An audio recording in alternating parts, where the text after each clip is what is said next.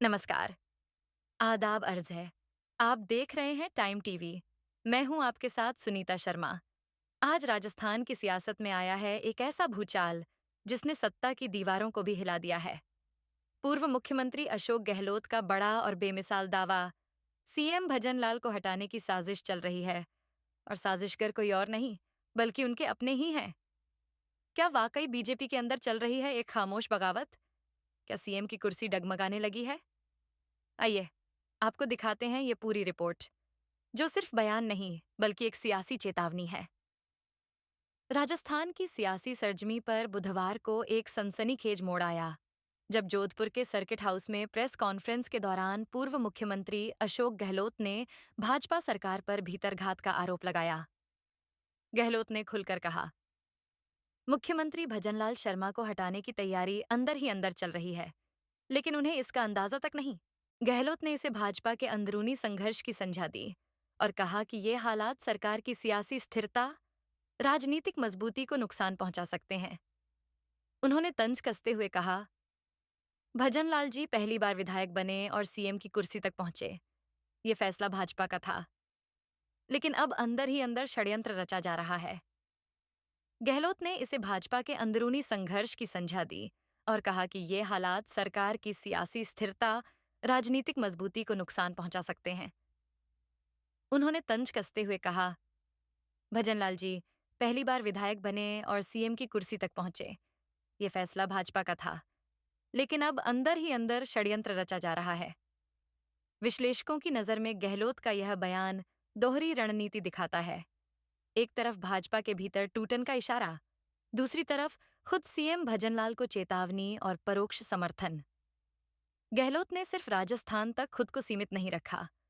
उन्होंने पश्चिम बंगाल का जिक्र करते हुए भाजपा पर धार्मिक ध्रुवीकरण फैलाने का आरोप लगाया। भाजपा के नेता बंगाली बोलने वाले मुस्लिमों को बांग्लादेशी कहते हैं, जो नफरत फैलाने की राजनीति है। हमने कभी हिंदू मुस्लिम हिंसा को बढ़ावा नहीं दिया। ये देश को तोड़ने वाली साजिश है। जब उनसे इमरजेंसी के सवाल पर प्रतिक्रिया मांगी गई तो गहलोत बोले, इंदिरा गांधी ने जो किया, कांग्रेस ने बाद में माना कि वो गलत था, लेकिन भाजपा उसी मुद्दे को आज भी भुनाती है, सिर्फ सियासी फायदे के लिए। गहलोत ने उदयपुर में विदेशी महिला से दुष्कर्म की घटना को अंतर्राष्ट्रीय शर्मिंदगी करार दिया और कहा, यह हमारी छवि को धक्का पहुंचा सकता है। अमेरिका की ट्रैवल एडवाइजरी में राजस्थान का जिक्र नहीं था, लेकिन इस तरह की घटनाएं उसे वहां पहुंचा सकती हैं।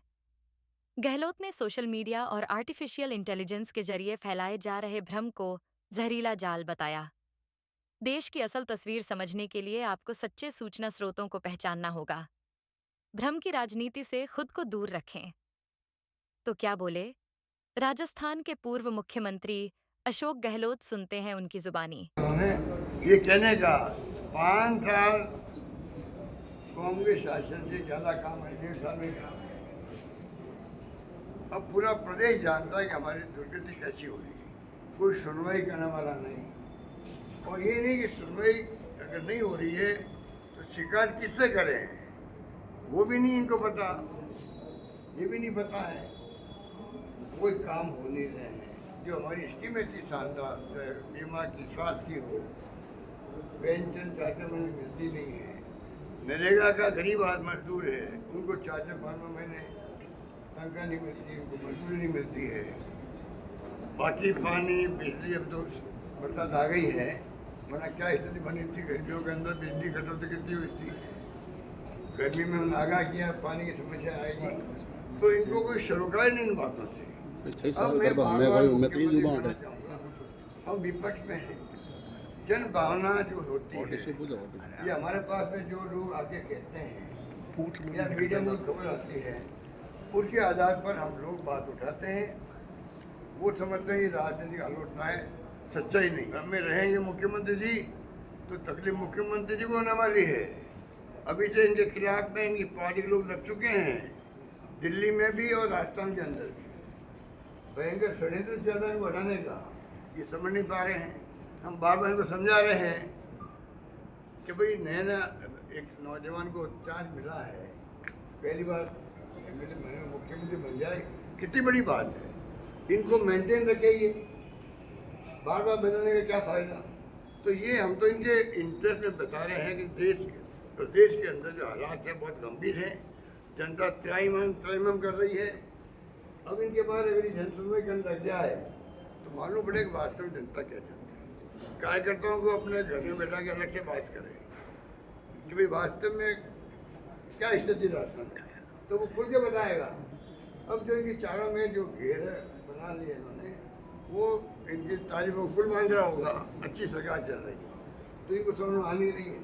हम आलोचना करते हैं, वो हमारी आलोचना खाली फीडबैक के आधार पर है। अभी तो 1.5 साल हुआ है, हम क्या राजनीतिक आलोचना करेंगे, क्या आरोप लगाएंगे इनके ऊपर? आरोप लगाना चाहते हैं हम लोग? हम तो खाली जनता के बीच जो आती समस्याएं, जनता के कहती साहब तो कुछ नहीं हो रहा है, आपकी स्कीमें बंद हो गई है, वो हम लोग खाली इनके सामने रखते हैं। ये मेरा कहना है।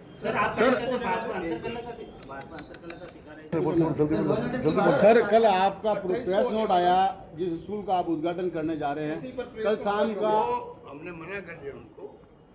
ये इम्प्रेशन था कि एमएलए फंड के बने हुए भवन, इसलिए हमारे ऑफिस ने जो है कह दिया भाई इसका जाके हम लोकार्पण कर देते हैं। कल जब मालूम पड़ा हमारे शिक्षा मंत्री जी ने, जो उनकी सोच है शिक्षा मंत्री जी की सरकार की, आप देख रहे हो। अब हमारा जो ये आपका मारवाड़ बना है, international centre Marwar international centre Jaipur में बनाया हमने, राजस्थान इंटरनेशनल सेंटर बहुत शानदार, वहाँ प्रधानमंत्री भी आ गए, सब आ गए। अब यहाँ कांग्रेस का प्रोग्राम हो रहा था, ये बीजेपी को दे रहे हैं मारवाड़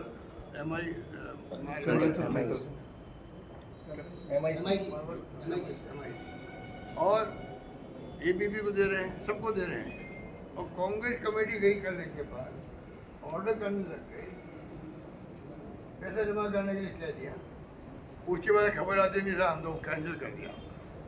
अगर ये जो संविधान बचाओ की बात राहुल गांधी बार बार कर रहे हैं, क्यों कर रहे हैं? यही कर रहे हैं भाई, भवन बनाया सरकार ने, ये कोई किसी प्रॉपर्टी तो नहीं, ना मुख्यमंत्री की है ना किसी और की है। और आप कैसे मना कर सकते हो एक पार्टी को? या तो कह रहे भाई हम राजनीतिक पार्टी को नहीं देंगे, अलग बात है। पर अगर मान लो उनको दे रहे हैं, हमारे वक्त में बना है और हमारे वक्त नहीं बना है मान लो, तब भी कोई भी किराया लेना चाहे तो मना कैसे कर सकते हो? वो जो आप स्कूल की बात करें, वो बात यही हुई थी, हमने भी प्रोग्राम ही कैंसिल कर दिया। हमें जबरदस्ती नहीं करना है, हमें ऐसा नहीं भी कि मैं यहाँ का एमएलए हूँ या मैं अधिकार रखता हूँ, कि इनके लोग तो लड़ लेते जाकर, हम नहीं करते, मना कर दिया उनको। Sir Rajasthan law and order की बात करें, आपने ट्वीट भी किया था रेप नहीं आपने आमदनी दुगनी करने किसानों की क्या क्या नहीं बोले थे। अगर मोदी जी की स्पीच को सुन लें हम लोग, तो मैं कहने की आवश्यकता ही नहीं। ब्लैक मनी लेके आएंगे फिर बैंकों से, कितनी बड़ी बड़ी बातें की थी, और कितने बोल के कि 2G स्पेक्ट्रम घोटाला हो गया, कोलगेट का 1,40,000 करोड़ का घोटाला हो चुका है। 11 साल में वो घोटाले कहाँ गए जो आरोप लगाए थे कांग्रेस पर। तो जिस प्रकार से इन्होंने जो कुछ भी लोगों को गुमराह करके बाद में हिंदू मुसलमान करके आप चुनाव जीत जाते हो, तो देश को अगर एक रखना है, अखंड रखना है, तो आपको सभी जाति सभी धर्म के लोगों के साथ लेकर चलना ही पड़ेगा।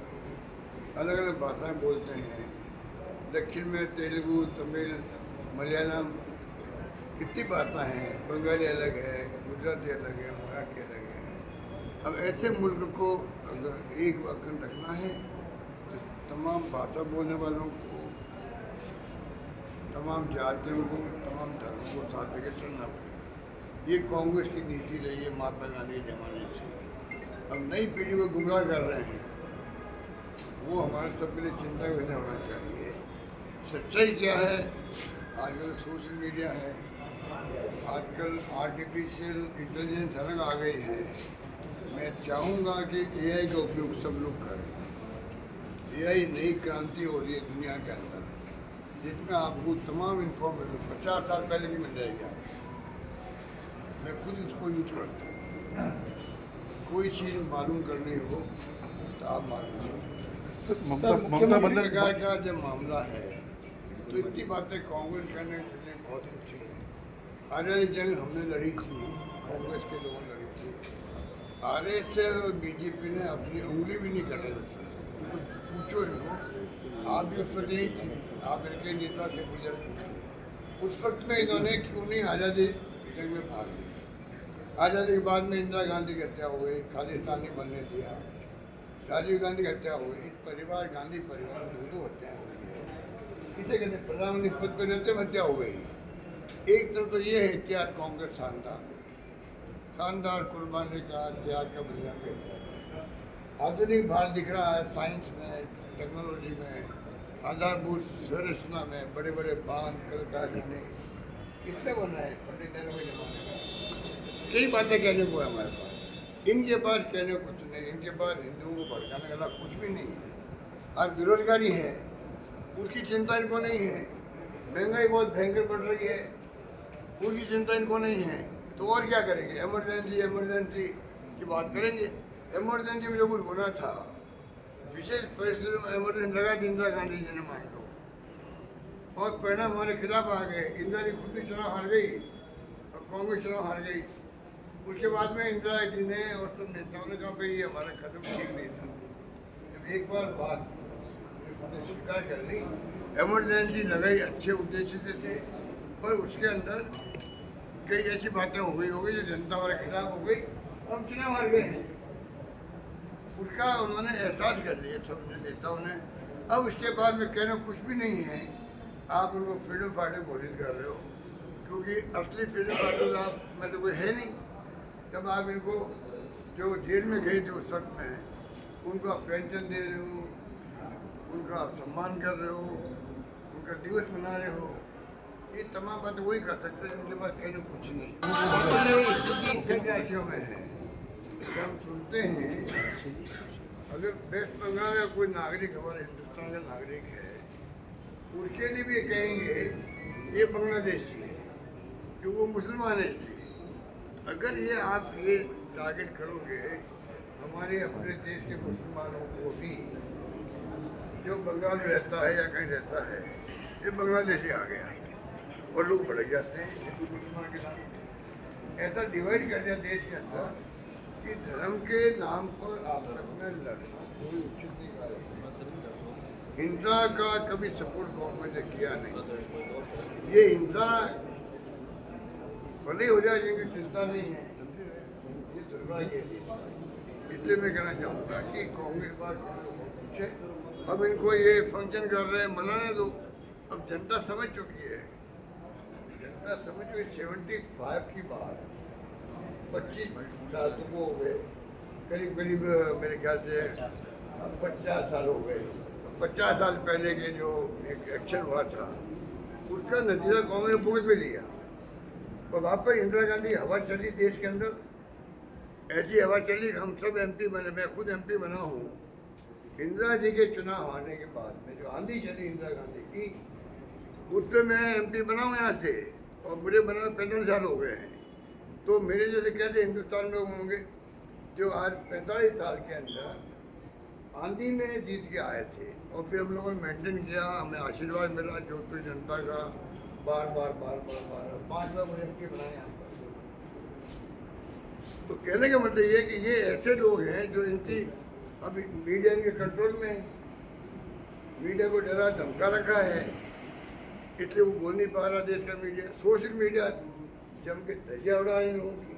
जो सोशल मीडिया देखते होंगे, चाहे वो ट्विटर एक्स कहलाता है आजकल, चाहे फेसबुक हो, चाहे इंस्टाग्राम हो, चाहे कोई भी हो, जो प्लेटफॉर्म है सोशल मीडिया में, वहाँ डिस्कशन आते रहते हैं पूरे देश के साहित्यकारों के, पत्रकारों के, वैज्ञानिकों के, आर्मी के रिटायर्ड लोगों के, एक्सपर्ट के, इतने अच्छे डिस्कशन आते हैं। नई पीढ़ी को चाहिए उन डिस्कशन को सुने। नई पीढ़ी हो चाहे पुराने लोग, बुजुर्ग लोग भी हों, उससे आपको मालूम पड़े देश दुनिया में क्या हो रहा है। ईरान इसराइल का युद्ध हुआ, हमारी भूमिका क्या रही है। रशिया यूक्रेन का युद्ध चल रहा है, मोदी जी ने कहा मैं इनको रुकवा दूंगा। आज जो कुछ हो रहा है, हमारी विदेश नीति क्या रही है, लंबी बातें कहने को भी वक्त नहीं है। तो मैं यही कहना चाहूँगा कि जो स्थिति बनी देश में, इनके बाद कहने कुछ नहीं है। इमरजेंसी बात तो कई बार चुनाव की गई कांग्रेस, सर कल चुनाव जीत चुकी है। अब उसको ये कहते बुलाना चाहिए, बुलाने वाले नहीं। सर कल अरे मैं कल कह चुका हूँ, एक ये एक हिंदू का रिपोर्ट है। अभी अमेरिका ने जारी किया एडवाइजरी, हिंदुस्तान में 6 राज्य ऐसे हैं जहाँ पर महिलाएं सुरक्षित नहीं हैं। कृपया ध्यान रखें, अमेरिका तो वहाँ जाएं तो कहीं रेप या भी घटना नहीं हो जाए। तो फ्रांस की लेडी घटना हो गई है राजस्थान के अंदर, उन 6 राज्यों में राजस्थान का नाम नहीं था। तो मैंने कल आगाह किया मुख्यमंत्री जी को, कोई ऐसा नहीं हो कि ये घटनाएं जो हुई है इससे राजस्थान का नाम भी जुड़ जाए अमेरिका की लिस्ट के अंदर। अब इसमें आलोचना क्या हुई, सच्चाई मैंने उन तक पहुंचाई है। अब उसके बाद में वो बुरा माने तो मैं क्या कर सकता हूँ, ये सत्य है। और कोई बात तो क्या यह प्रेस कॉन्फ्रेंस केवल बयान थी या एक रणनीतिक हमला? क्या अशोक गहलोत भाजपा के अंदरूनी खेल को सबके सामने लाना चाह रहे थे, या फिर सीएम भजनलाल को एक सियासी अलार्म दे रहे थे? इतना तय है कि राजस्थान की सियासत अब और गरमाने वाली है, और जब सियासत गर्म होती है तो सिर्फ मौसम नहीं, सत्ता भी पिघलने लगती है। आप देखते रहिए टाइम टीवी। हम लाते रहेंगे आपके लिए सच्ची और सटीक खबरें, सियासत की गहराइयों से लेकर जनता की जरूरतों तक।